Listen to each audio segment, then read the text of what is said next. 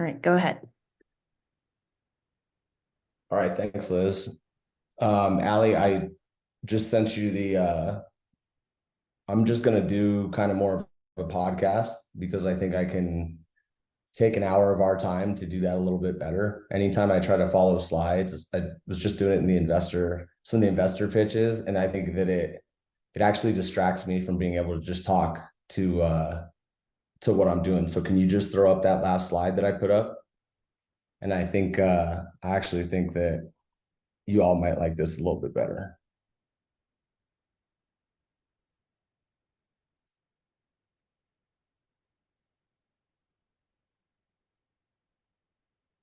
All right. Well, welcome everybody. My name is Adam Hill. I am the founder and now CEO at Direct Polymers.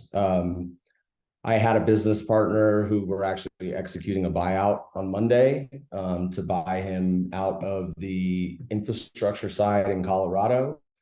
We split our company into two separate entities. One is for brokerage and one is for processing and manufacturing. And so he's going to go carry the brokerage side so that I can sort of laser focus on what's going on here in Colorado. As Liz said, I have been all over the country. I've been in 7 states in the last 2.5 weeks, working heavily with a whole lot of different organizations and people to get prepared to scale up Colorado in the right way and make sure that everything goes here. First, I thought I'd give you a little bit of background. We started our company with $5,000 in 2014. As of the end of last year, we're nearly $70 million in revenue and looking to grow much more from there at this point. We purchased our first small equipment line in 2016, and then we received an RREO grant in 2017 to add a shred line. And then in 2020, we received another RREO grant to pull in a wash line and a pelletizing line. We have the pelletizing line hooked up, and that will be making pellets next week. The wash line is not hooked up, and I would actually like to address that with everybody here.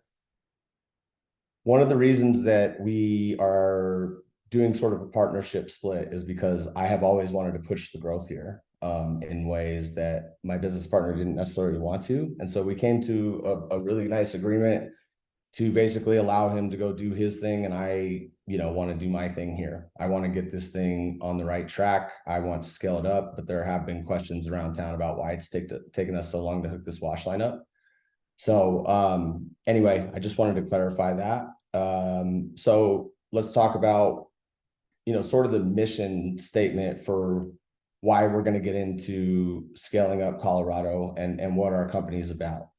We're actually looking to kind of change the industry. I think that we're developing a model of sort of ecosystems combined with problem solving on collections, consolidation, and processing, combined with some really cool software that we came up with in order to track data and provide environmental reporting to the companies that I actually think is transposable to other areas of the country. I was just in Dallas, Texas for the last 4 days, talking to a number of people in this industry who are extremely frustrated and think that this system is broken.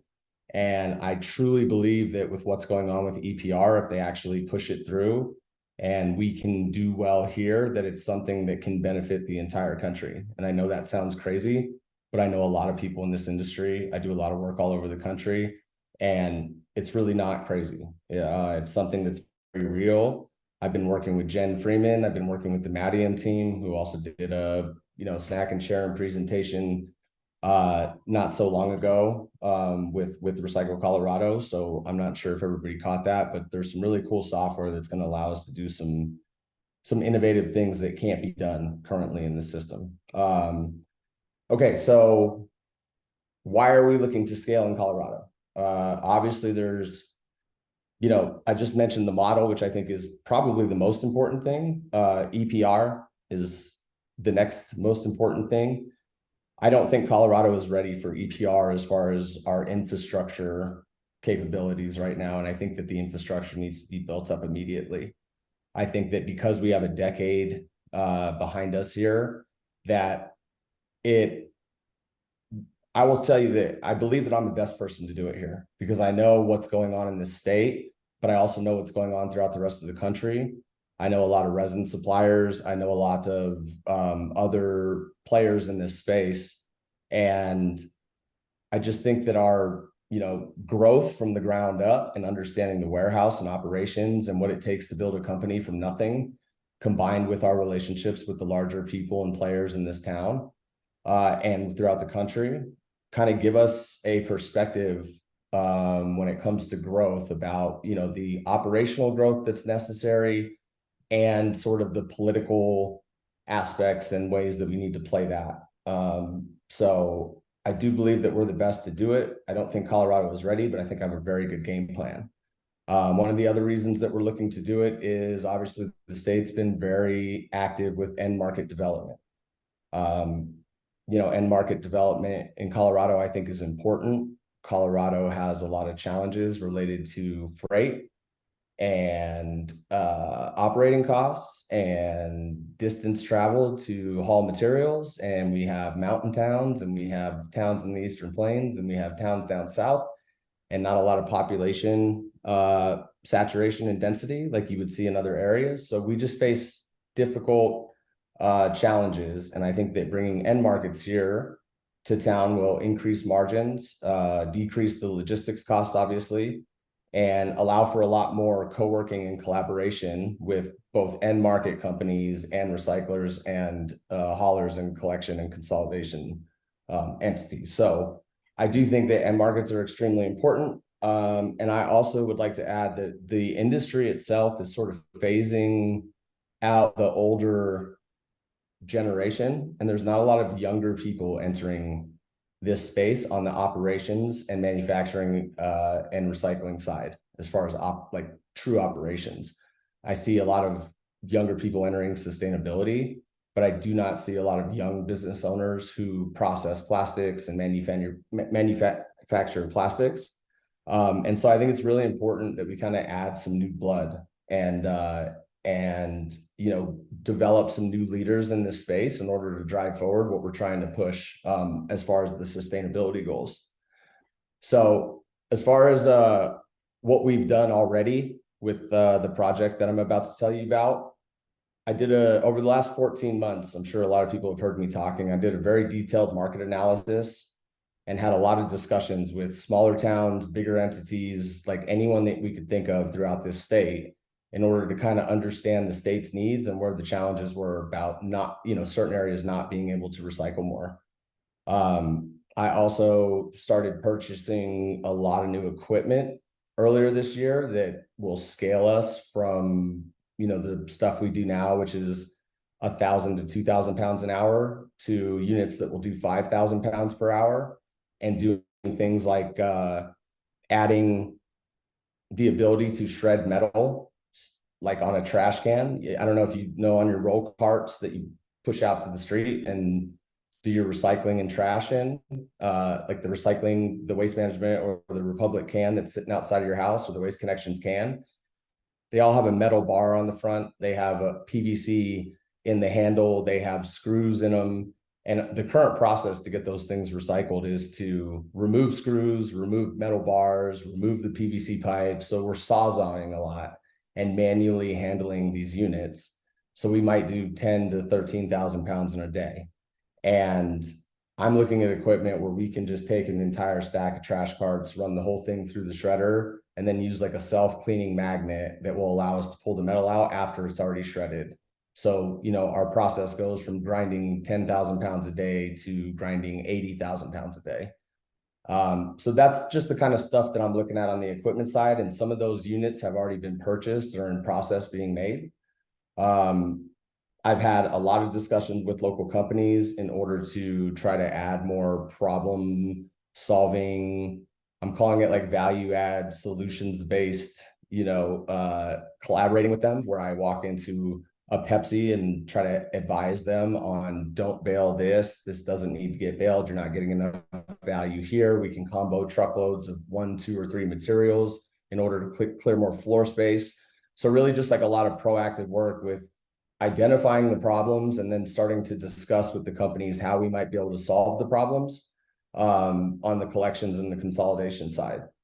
And then we've also done a very heavy deep dive into identifying products and formulations that will work with proposing for some end market extrusion products that we're looking to produce out here and vertically integrate our recycled and compounded feedstocks into end market products. So we've developed three different scenarios. We've costed three different scenarios, and we actually have contracts for two of them already in place. One is HDPE conduit and ducting, one is HDPE corrugated pipe, and one is HDPE lumber and decking. So we are still trying to finalize kind of which route or which we're thinking about doing one line of the lumber and one line for the pipe. And we're still in like the final stages of being ready to propose with over the next couple of weeks to decide which contracts will actually make the most sense. Okay, so what are we about to do with this project? We're going to purchase more new equipment. We still have some other units that we need to bring in, and we're basically gearing up to be able to process 130 to 140,000 pounds of plastic a day. So our capacity in a month is going to go from 1 million pounds, which is what we're doing now, of processed plastic, to 3.5 to 4 million pounds in a month. So it's really going to scale up tremendously. Obviously, a good chunk of that will be anticipating a lot more post-consumer coming in the door, but we also have some other things that we're looking at with a lot more industrial streams, such as barrels, pipe, and like crates and buckets and other things that we've identified throughout the state recently. We are in the process of bringing in some more expertise to help us develop the formulations that we're going to use for our pellets in order to feed the products that we're doing. We are working with trying to set up, we're working with the CAA. Is Jen Freeman on this call?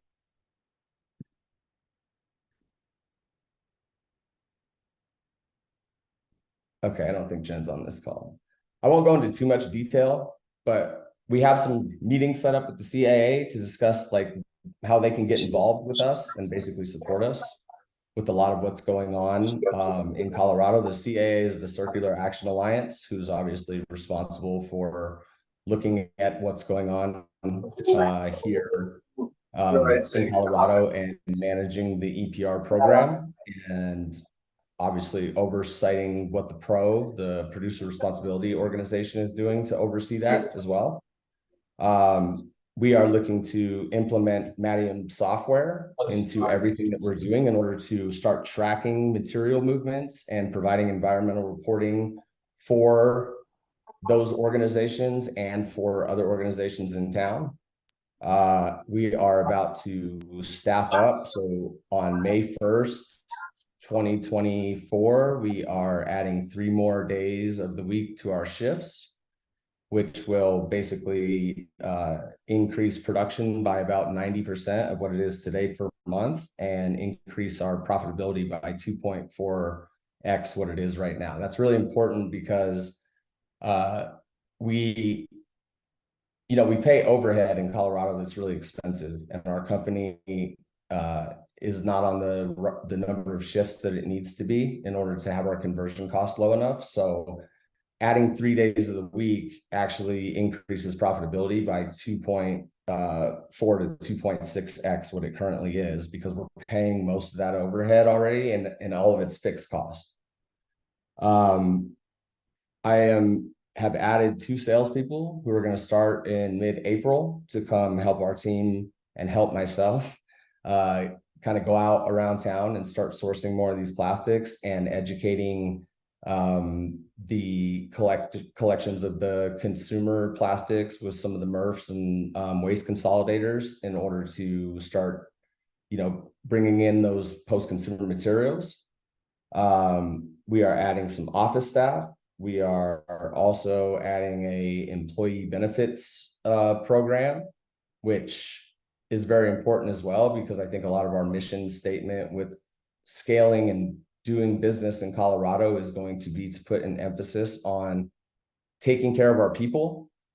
I will tell you that personally, I write our employees $1,250 to $1,300 checks every 2 weeks, and I don't really know how they live in Denver sometimes. And I think that part of scaling our company should be to include them as much as we possibly can. And I am basically intending to bring them in as 10% owners in this company. So if we produce a certain amount of product, they will profit share at 10%. If they run a forklift through the wall, then 10% of that will come out of their share too. I'm trying to basically incentivize them to want to produce for our company and feel a part of it, but also, hold them responsible for errors that they typically wouldn't. So I do think that's very important, because it kind of, I don't know, it kind of emphasizes my outlook on what I'm trying to do here. It's not just to scale a plastics company. It's kind of to make a statement that we can build companies still that, are inclusive to our employees and do things for them, where they can feel welcomed and feel like they can grow, and not, just feel like they have to come put the time in on the clock. So I've been having a lot of discussions with the End Market Development Center, and we are looking to propose the end market proposal to the Forward Grant. That should occur, I believe, in mid-April to mid-May, possibly both, if we end up having 2 meetings.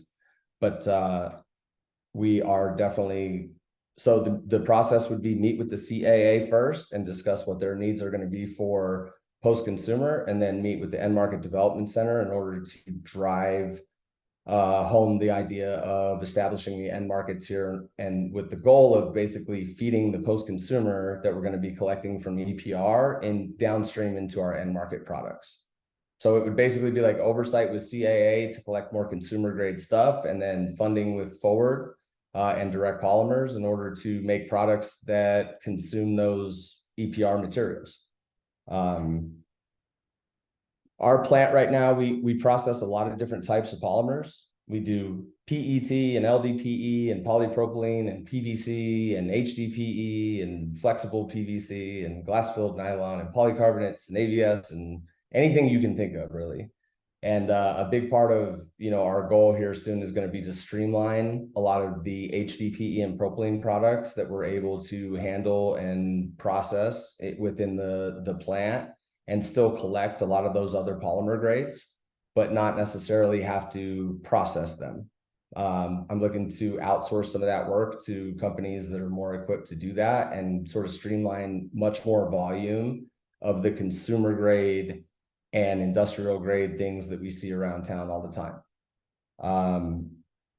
Let's see. So I would say that the idea for this is a long play approach.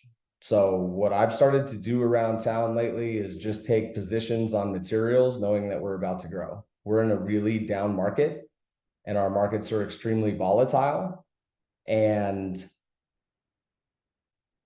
everyone seems to want to turn on the spigot in up markets and then turn off the spigot in down markets. And I'm trying to avoid that, right? I want us to be able to consistently collect and process materials. And I'm not quite sure why, there's not a general understanding in this industry that whether you go on a massive volatility curve or a much less volatility curve, the averages are typically the same.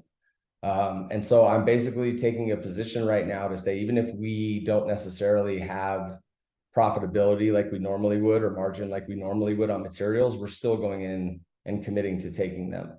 Because in order to get our conversion costs down low enough in this state, conversion cost is calculated by monthly expenses divided by number of pounds processed. So the more pounds that we can process, the lower our conversion cost goes. And that's extremely important, because in order to get the pounds, you have to go commit. right, to the programs. But in order to get the conversion costs down, you have to get the pounds. And so you have to choose one way or another. And I'm basically choosing to go consume the pounds in a down market right now in order to know that in a normal market and an up market, our conversion cost is at a point where we can do some really good stuff and continue to basically consistently take these materials. And if we get our conversion costs down and then tap in the end markets, I mean, we're really cutting out a lot of the logistics and the operating costs that are really the biggest hurdle to what we're doing or what anyone is doing in recycling in Colorado as far as not being able to progress sustainability. I mentioned building solutions-based programs with the customers. I see that going in and taking positions on materials right now can be hedged a little bit by what I've been seeing doing the more solution-based stuff with the customers, because I see a lot of excess transactional costs that occur between double handling, consolidating things that don't need to be consolidated, not certain partnerships in place, like maybe Waste Management does hauling, but we go in and sort of instruct on how to do the consolidation of the plastics. Because I'm walking through a lot of these facilities and talking to the plant managers, and when I do, I just see a lot of this shouldn't have been put that way, or you're shipping. I'll give you an example. I think Neil's on here. Like Republic's MRF is pretty congested over there in Denver. And I think that obviously their yard space and operating space is just as important to them on a cost basis as the materials themselves. So we're looking at things like going to Neil's group and saying, we'll do the post-consumer, and we'll do the trash carts, and we'll do the pallets, and we'll do this, and we'll do that, and we'll do the HD purge. But the purpose for that is in order to turn trailers quicker for Republic, clear more floor space for them so that they don't have to sit on full truckloads. So we're trying to get, a combination of basically a lot of problem solving, decreasing our conversion and logistics costs, assessing a lot of these regional needs, and tapping those into how we're problem solving on stuff, and basically doing all of it in a down market, which I believe is the best time to kind of grow a company. So anyway, basically we're starting to build these small ecosystems, and we're intending to do the same thing with the mountain towns. So when EPR comes to town, it's like, how are you going to go collect a whole lot of bottle and post-consumer plastic that gets generated in 4,000 pounds in Steamboat Springs and get it hauled to Denver in order to process and handle that material cost effectively? And so the same thing that we're doing with the Republics and the Pepsis and some of these other groups is the same thing that we're intending to do with a lot of these more rural and smaller outside communities, because they're obviously going to need the most help out of anyone with EPR. And, so like I said, I'm hiring some sales staff. We're going to pop over to the mountains. We're going to pop down south. We're going to pop to the Eastern Plains. We're actually going to pop over to New Mexico and Wyoming and those areas, and try to assist the more rural areas that don't have any help, because honestly, Republic and Waste Management, I think, could use my help, and I think that we have a good working relationship, but they have 20 people bidding their materials, and Steamboat Springs has none. So I think the collaborative sort of building ecosystems approach is very important, and educating them on the proper ways to consolidate and collect and consume these plastics on their end in order for us to be able to maximize the value back to them is very important. So, sorry, the goal of all of this is to develop systems. All right, let me give you an example. The Circular Action Alliance is made up of Fortune 50 companies like Pepsi, Coca-Cola, Unilever, SC Johnson, et cetera, et cetera. They have plants that operate in Colorado, and those plants need the same type of recycling services that the consumers do. It's collection, consolidation. And so my approach right now is to bring them in and say, look, we're saying that there's a needs assessment out that request $200 million to collect plastics and oversee EPR in Colorado. And I would like to try to limit that cost for them as much as possible by telling them that we have some models that we can put in place to basically service their plants and provide more value there, as well as service some of these communities with them and help develop the collection programs with them because we know this town so well.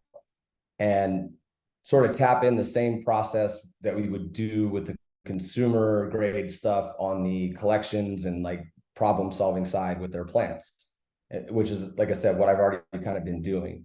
And so it's taking a larger position with them to say, if we develop this model, because this will be transposable to other areas of the country too, where if they pass EPR, we'll be able to take a model that just says, we're able to assist your plants, we're able to assist your EPR program, we're able to assist this in order to provide them the most value back. And then hopefully, obviously, be bringing these things down into an end market. So we'll be able to utilize those compounds to put into products that have a 277% increased margin from what we're dealing with now, or a 362% increased margin, which is what decking is. So the pipes are like almost 300% higher on an average margin basis than what we sell our product for. And the decking is almost 400% higher. And so when you start vertically integrating in that way and problem solving with both plants and communities, we're able to start saturating consolidation. We're able to start adding more pounds to lower conversion costs. We're able to work closely with the groups who both own the plants and are overseeing the EPR. We are trying to provide as much value back to them on a materials rebate basis, right, for the industrial and hopefully the consumer grade plastics, especially when we're in better markets that come from the more rural areas, basically to limit their costs as much as possible and to increase our margin as much as possible. Because the more that we can increase our margin, and if we are saving costs on the collection and consolidation and saving costs within our plant and saving costs within our pelletizing and then driving it downstream into end markets. I mean, you have cost savings all over the board. It changes the entire game in Colorado. And this has been very well thought out. And I can tell you that this will work for sure. We're also not fully dependent and hedging against putting, massive amounts of volume into our end markets. So we've been partnering with Vinmar Polymers America and some of the other resin companies to take the EPR packaging material and upcycle it. So I know that a lot of people don't like to hear the word like virgin resin, and we're pushing more recyclables, but virgin resin is going to be consumed no matter what. So what we've been doing is formulating blends that use a certain amount of virgin resin, but allow us to put our recycled content in at like 20-30%. And the goal of this would be, we're just going to sell the same amount of volume, but we're going to upcycle the formulation so that our material acts similar to resin. And we've had a lot of success going on with this. So I'm not quite sure why the industry thinks that it needs to be resin or recycled, because when you take a lot of resin, it'd be like taking flour when you're making a cake and taking a little bit of expired flour that might not be as good and mixing it with a whole bunch of the really good brand new flour, right? So your chance of screwing up that cake is going to be much less, right, if you dose in 20% of the expired, lesser quality flour with 80% of the really good flour. So I bring this up because this is really important. We've gotten some traction on some of the formulations that we've done here. And I think this is going to add to that model to basically say we can provide recycled content blends, we can provide upcycle blends, and then we can take materials into our products at whatever rate we can do that, right, as far as the end market products. So, basically the goal would be to build out the recycling, have these discussions, I guess, with the CAA and with the End Market Development Center, and kind of prep for, have these meetings to basically prep for what we're about to do. And then we will basically hopefully get an end market grant formed forward for the extrusion lines. And then we'll have an 18-month period by the time those extrusion lines land and are ready to start making products in order to beef up the recycling infrastructure start getting more involved with the collections and basically doing everything that I just mentioned prior to that. And then hopefully be prepared, since we put so much work on the front end, into running these materials downstream into the products. So that's sort of the game plan. So the products basically like would be developed and manufactured by the end of 2025 or early 2026 would be the timeline on actually making end market products here. And so from now until then, it would be develop recycling, build up the infrastructure there, and get these other processes in place in order to prepare to be ready for that by the time that time comes around. I did want to talk to, I don't know if anyone else here was in the software discussion, but the software discussion should be tapped into a little bit. There is no software in this industry. And I thought that the Madium team did an okay job discussing what their product does. I think if they would have done a demonstration of the product itself, it probably would have been much more impactful than running through the videos that went kind of quick. I've used and been involved with the development of this for a very long time. And I want to talk about it, not to pitch software, but to tell you that we're going to integrate this into our system starting on Monday. We've already been using it with our system, and it's important because it speeds up like a lot of our transactions, and integrating those type of tools into systems like I'm talking about is a really, really important model. Because if you can go to Circular Action Alliance members and say, we're managing your EPR and here's reporting for you, and we're managing this and here's reporting for you, and we are managing the Pepsi facility and here's reporting for you, we're managing the Coke facility, here's reporting for you, right? Both environmental, material purchases, and carbon, like that's really important to them, right? And so if we can build problem solving collection solutions, build up infrastructure, develop an end market, and basically report every single material movement to them, that's sort of the model that I'm telling you is developing, that I think changes this entire industry. And I know that it sounds nuts because it's a lot of work, but we've been working on it for 14 months. So like there's contracts in place, and there's formulations in place, and there's infrastructure being purchased, and there's meetings that are set, and like it's not crazy. I mean, it's actually a very well thought out plan that I think is extremely impactful to this industry. And so anyway, I wanted to kind of, explain what we were doing. And the reason I said I wanted to do it this way is because I wanted to take questions. I wanted to kind of hear what everybody around town has to ask about plastics. I think it's really important to kind of hear what everybody else wants to know or is having trouble with. So I kind of wanted to open the floor so I can answer anything that you might have to ask.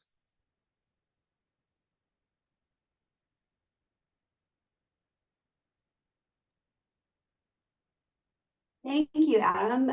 Do you want questions? Do you want people to raise their hands or put it into the chat or just come off? It doesn't matter to me. I wanted this to be more of a discussion, like whatever. Okay. It doesn't matter. I kind of wanted to open more like a roundtable discussion. That's why I wanted to do it this way, to kind of explain, here's what we're looking at, instead of going over a bunch of numbers, because it's just important to kind of pass the message to the state, right? Like the way that we're doing it, because it's not typically done in this industry. The way that it's typically done in this industry is to go in and say, I want to bid a price to you, and hopefully get that price, right? And basically be able to take that material. There's not a lot of, hey, let's work together to solve these problems and limit our costs and limit our transportation, and see if this person can still haul while this person still recycles and collects, and like building, like I said, these little ecosystems.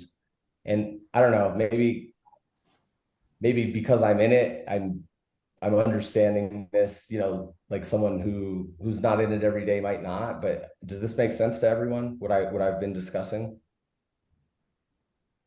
It does. I mean, one of the questions I have is, how do we work on the logistics piece? I mean, there are so many small companies and mid-sized companies that produce 1,000 pounds or less per month of a plastic waste stream, and maybe don't have a place to store it or don't even have a way to transport if they store 2 or 3 months worth. How do we get a solution to that piece to get the material where it needs to be, where it can be processed? I think what we need to do is, like I said, go spend time with these communities. I mean, there are small trucking companies in those communities. It's really important to emphasize, all right, what would typically happen in a situation like this is they would come in and they would hire a Republic. And Neil, I love your company. I love them. I mean, I love working with you guys, but sometimes Republic has big, bulky systems that don't necessarily work for a small community that needs like more customized solutions. But what Republic does have is the hauling ability and this ability, and maybe the ability to put up a centralized MRF or something like that for 4 different towns, right? And so when I talk about problem solving and solution-based things, that's kind of what I mean. I would love to go to Republic and be like, these are your strengths and these are your weaknesses. And here's where I think we can help some of your weaknesses and you can help some of our weaknesses, right? And we both go into this town and we develop a system together, because then it's more of a system. See, the problem is when you hit that big volatility curve with the way that pricing works in this industry, there's a point on that curve where pricing gets so low that the system stops. It bottlenecks. And that's why nobody can ever get better sustainability, because the prices drop so low that it's not worth picking it up. I mean, I got a call from RRS yesterday from Tay Dunkley saying, hey, down in Pueblo, we have bottles that they stopped collecting. And I said that the reason that happened is because the price doesn't justify bringing those bottles from Pueblo up to Denver. And that's kind of why I'm telling you, the ability to cut those costs out, that I might do things well and you might do things well, right? Like a Republic is going to get hired by a large corporation to do all of their waste consolidation and recycling, like a Molson Coors, right? But that doesn't necessarily mean that Republic's people understand plastics like Direct Polymers does.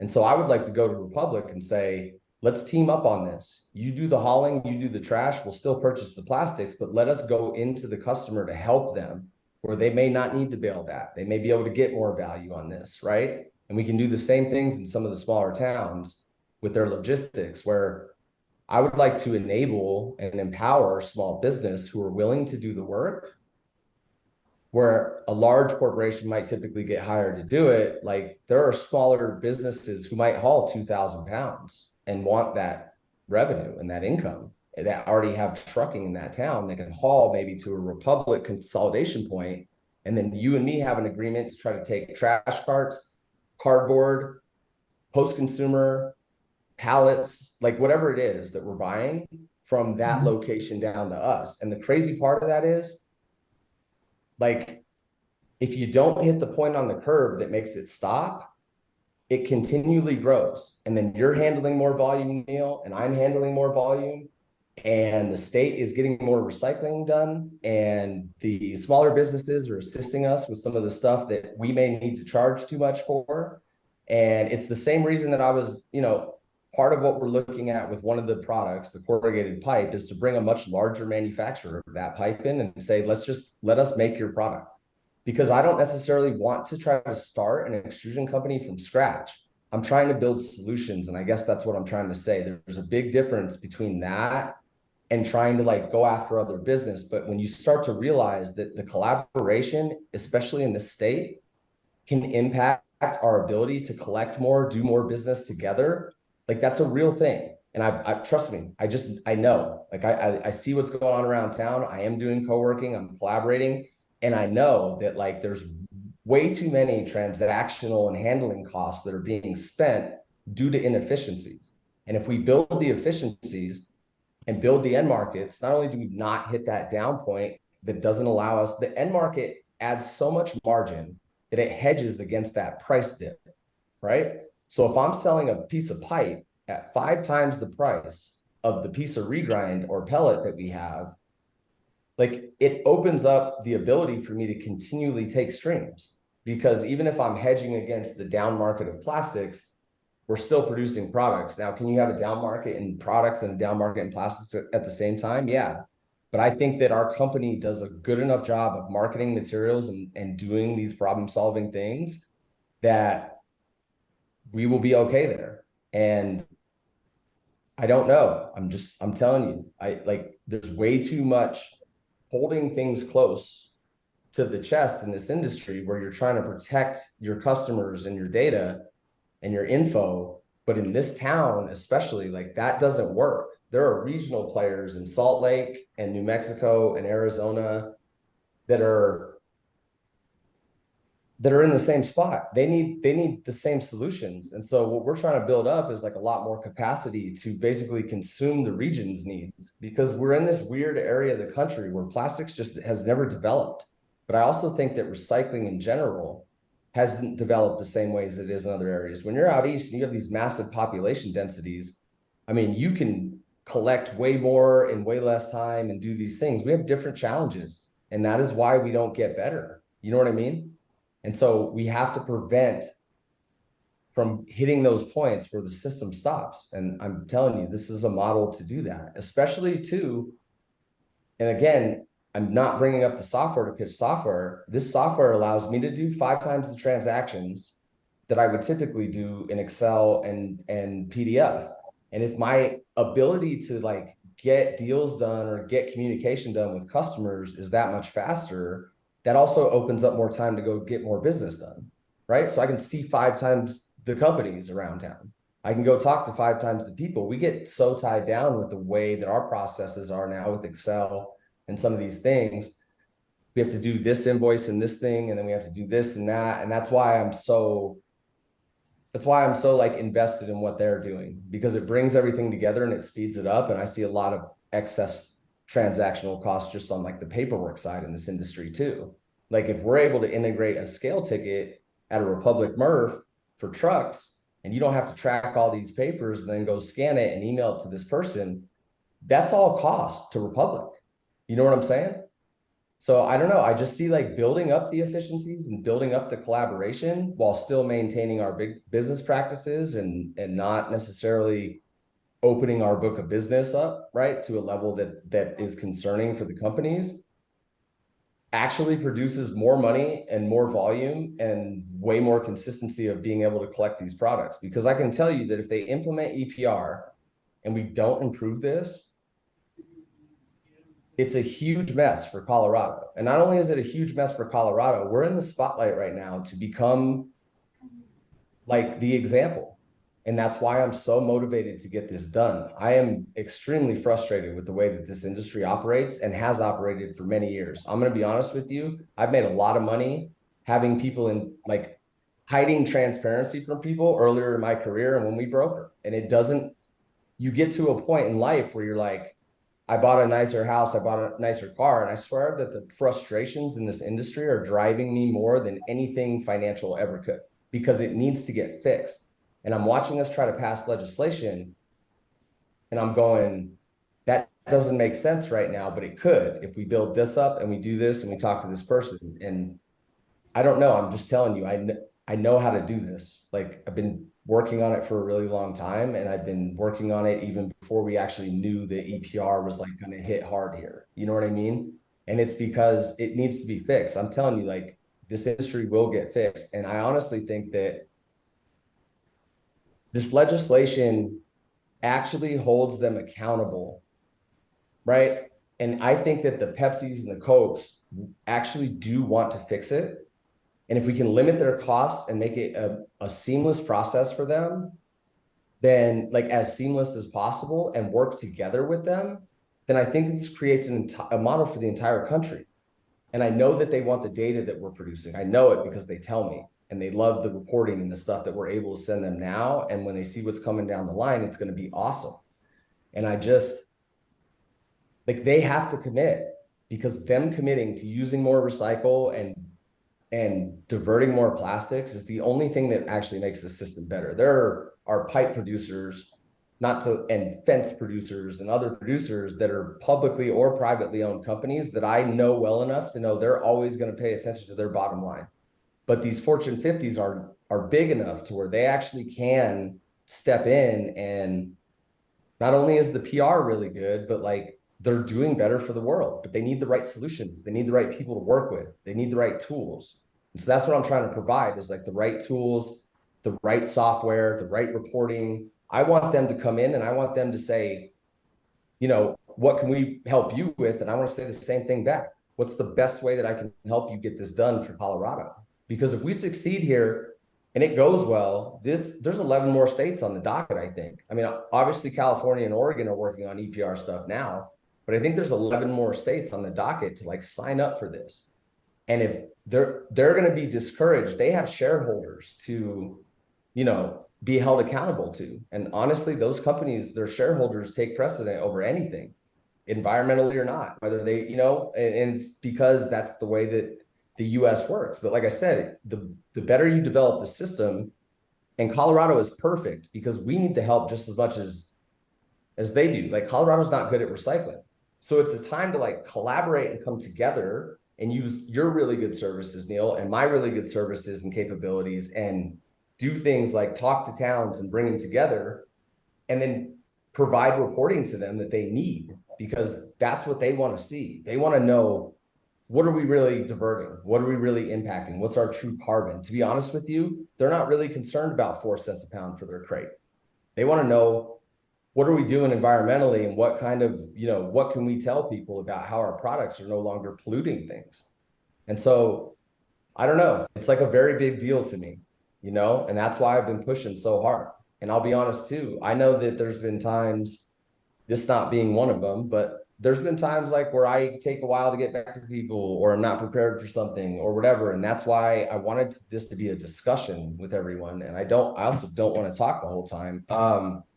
But that's why I wanted this to be a discussion, because it's just important. Like, it's really, really important.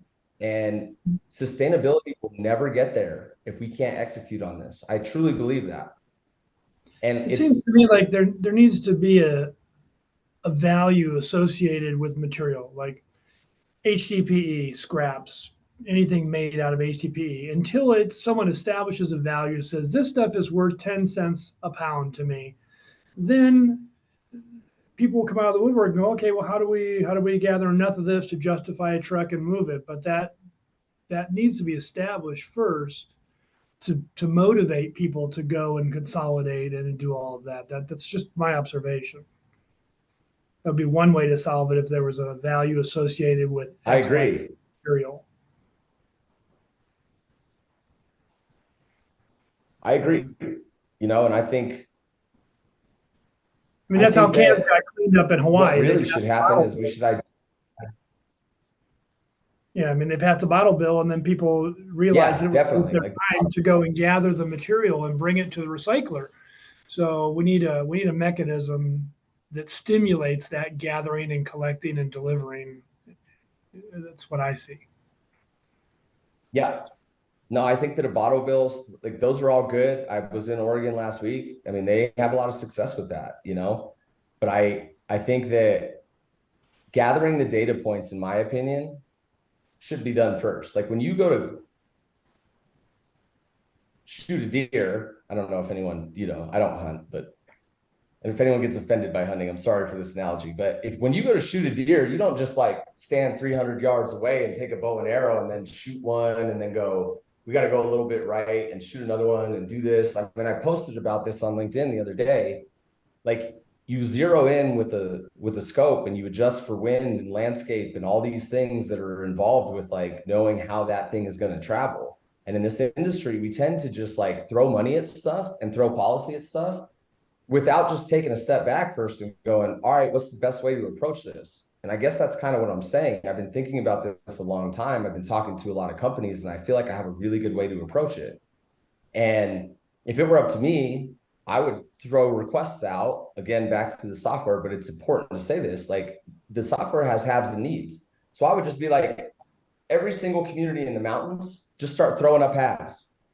Because if you do that for 6 months and you're like, I can tell you there's 20 halves of this type of material in this area. There's 20 in this type in this area. Now throw it down south. Now throw it around. And you could be like, the saturation is definitely 70%. Like, it starts giving you metrics, right? And then you can start problem solving from those metrics, where I look at that as more like the scope, right? Where it's like, let's zero in a little bit, but the discussions could be there too.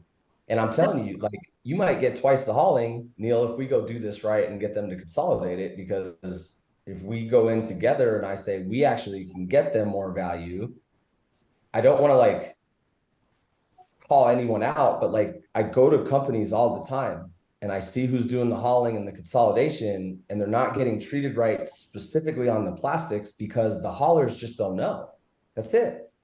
And we make money on that. And I'm telling you, I would rather walk in and be like, let's go build a joint solution where I know we're going to have margin and be able to grow, because then we might go get 20 more companies. Does this make sense?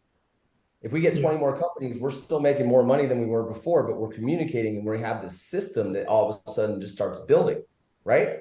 And it prevents like hey, we no longer can do this. And we talk to the state about your biggest concern here needs to be operating costs. Like somebody needs to raise this to them and say, if it costs 8 times more to operate in the state of Colorado than it does in the state of Kansas, probably going to be more difficult for us to do something. So let's go sit down with them and roundtable it and have real discussions.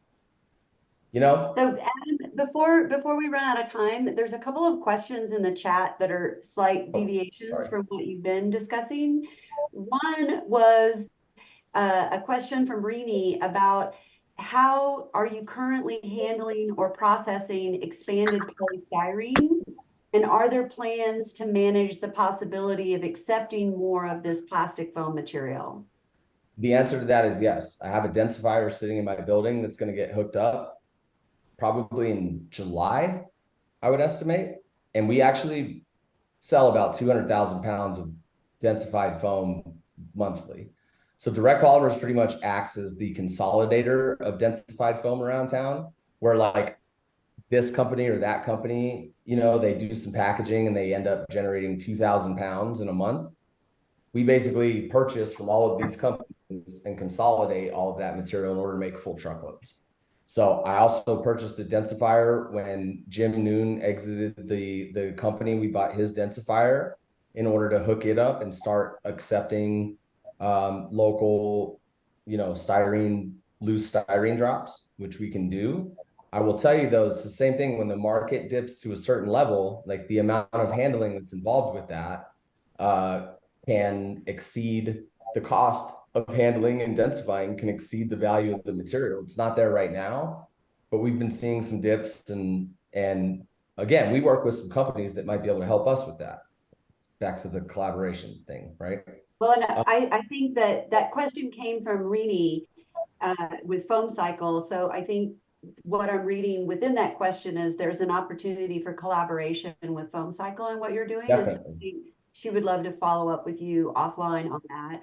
And then on another collaboration note, but pivoting away from the expanded foam, Charlotte from the Recycling Partnership has asked if you have any shareable documents, because she would like to take some of this information back to her team to see if there's a way the Recycling Partnership can help expand what you're trying to do. Yes, the answer to that is yes. And let me explain like the last 6 months of my life.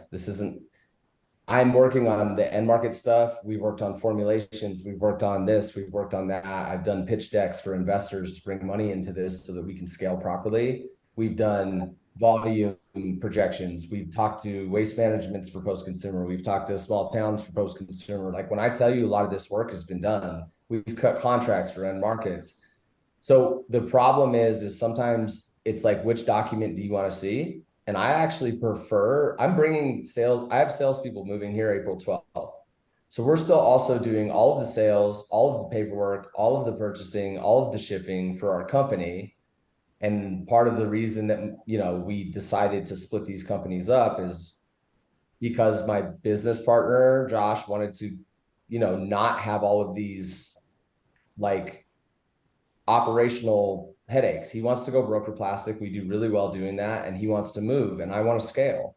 And part of the reason that we're doing this is because I can't still be doing paperwork. Like our company has done almost $70 million in revenue, most of which has come in the last 4 years. Like you put someone in place to do paperwork, but we've operated in a way here that's been more like get the financials going. And it's gotten to a point where I'm like, I don't want to I can't do that anymore. I want to scale big here, and I need to put this wash line in, and I want to get this thing done right. And I want to get that thing done right. And like I said, I'm just motivated to do it. So my point is I'll come talk to your team because I got salesmen, I got office staff all coming in, and I would love to sit down and talk to people because I know how I feel about this and I know what I'm about to put into it. And it's the same thing I'm going to tell the CAA.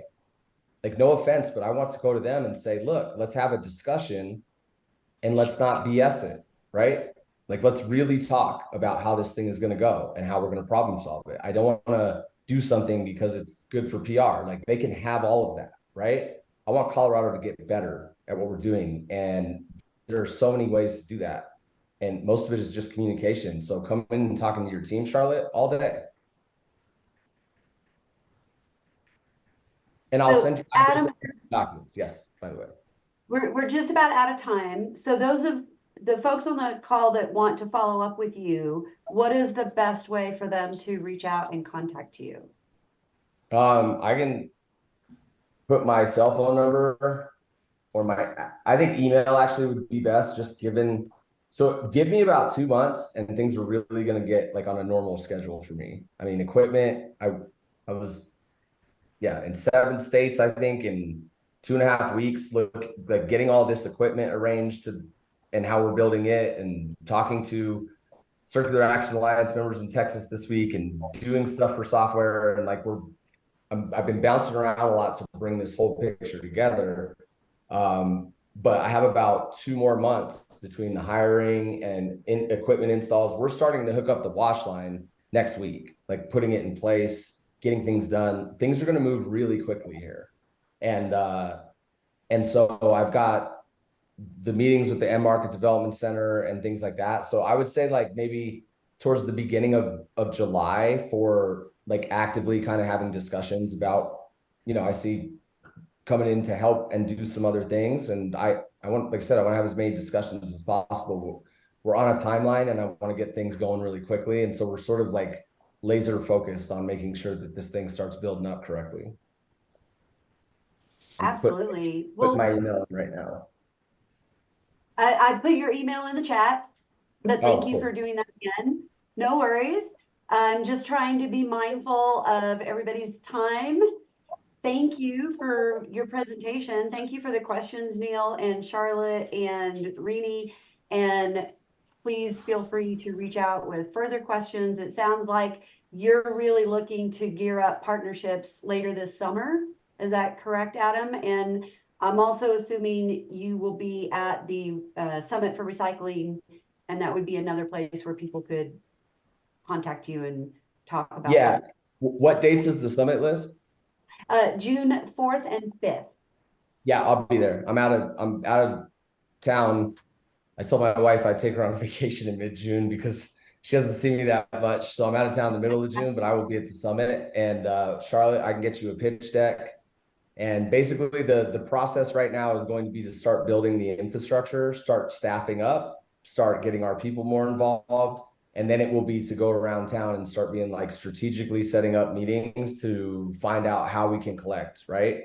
It'll be bounced to 5 mountain towns and say, hey, Steamboat and Dillon and this, you're all on the same route. Maybe we build a dense route with Republic and use their hauling in order to do this. Or maybe we look at Republic to put a consolidation point and those kind of things like I was talking about earlier.